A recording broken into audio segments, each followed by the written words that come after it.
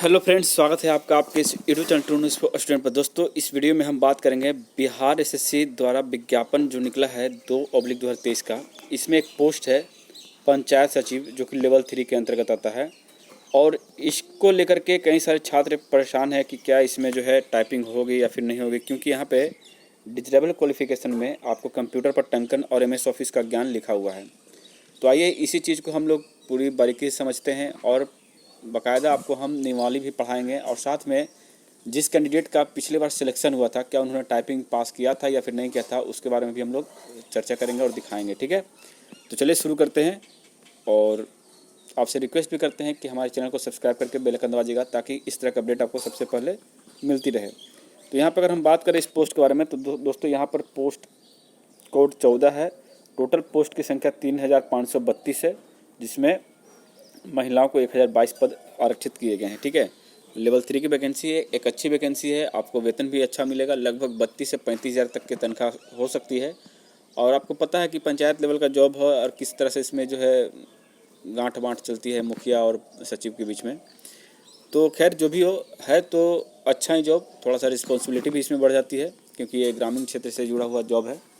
तो चलिए शुरू करते हैं। तो दोस्तों, ये रहा नियमावली 2011 में, ये 7 जुलाई 2011 को ये नियमावली बनी थी। और इसकी अगर बात करें दोस्तों, बिहार ग्राम पंचायत सचिव की नियुक्ति, अधिकार एवं कर्तव्य नियमावली 2011 कही जा सकती है।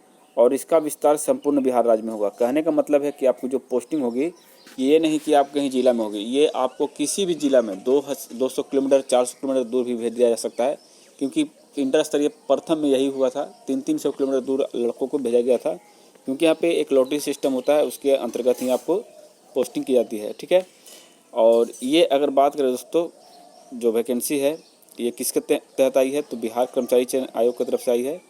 और आपको हम दिखा दें, देखिए यहाँ पे बताया गया कि आयोग से अभिप्रेत है। तो कौन सा आयोग से अभिप्रेत है, तो आयोग की अगर बात करें तो अभिप्रेत है बिहार कर्मचारी चयन आयोग। ठीक है, अब हम बात करते हैं इसके जो आपका डिजिटल क्वालिफिकेशन दिया हुआ था उसके बारे में।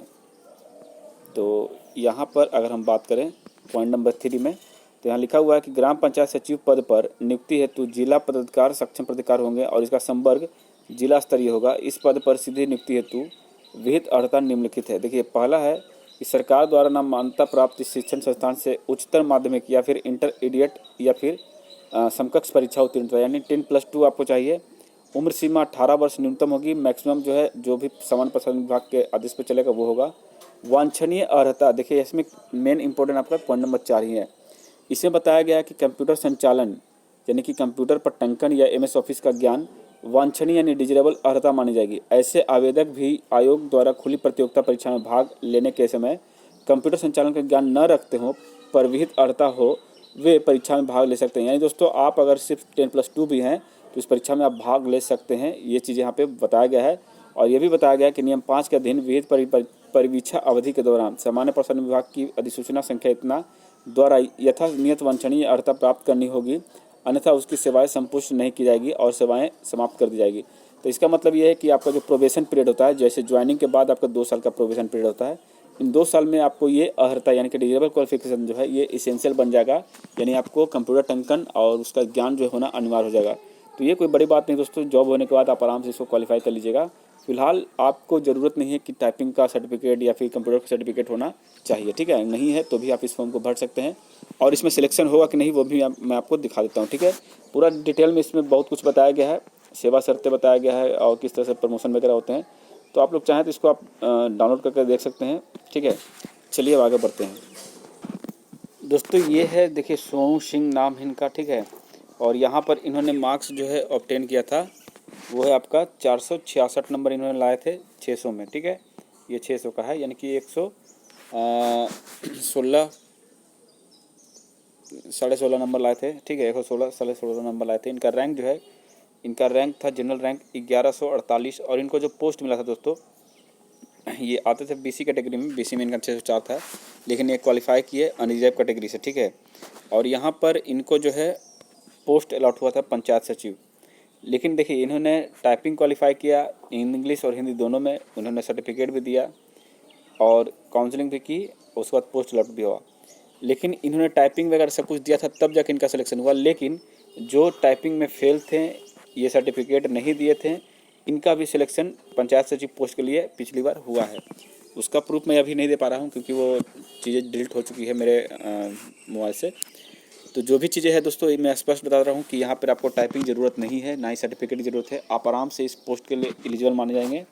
और फिलहाल अभी आपको शायद डिटेल नहीं लिया जाएगा, ले लिया जाता तो अच्छी बात है, लेकिन मेंस में सारा डिटेल मांगा जाता है कि आप टाइपिंग जानते हैं या फिर नहीं जानते हैं, या फिर आपके पास क्वालिफिकेशन है कंप्यूटर का या फिर नहीं है। तो ये चीज़ें मेंस में भराई जाती है। फिलहाल यहाँ पे आप सिर्फ और सिर्फ स्क्रीनिंग टेस्ट होगा, तो इसमें आपको फॉर्म आसानी से भर लीजिएगा, ठीक है। तो आप लोग घबराइए दोस्तों, जो मैंने आपको बताया एक नियमावली की पढ़ाई, यहाँ पर कोई भी टाइपिंग का इश्यू नहीं है। आपको प्रोबेशन पीरियड में टाइपिंग सीखनी होगी और कंप्यूटर सीखना होगा, और वो आपका ज्वाइनिंग के बाद होता है। ज्वाइनिंग के बाद 2 साल तक आपको समय मिलता है। अगर उसमें भी नहीं क्वालिफाई करते तो 1 साल और मिल जाता है टाइम। तो आपको घबराने की कोई ज़रूरत नहीं है, ठीक है। तो ये था पंचायत सचिव से संबंधित। अगर कोई भी डाउट और हो तो नीचे कमेंट जरूर करिएगा। चलिए मिलते हैं नए वीडियो में नए अपडेट के साथ। जय हिंद, जय भारत।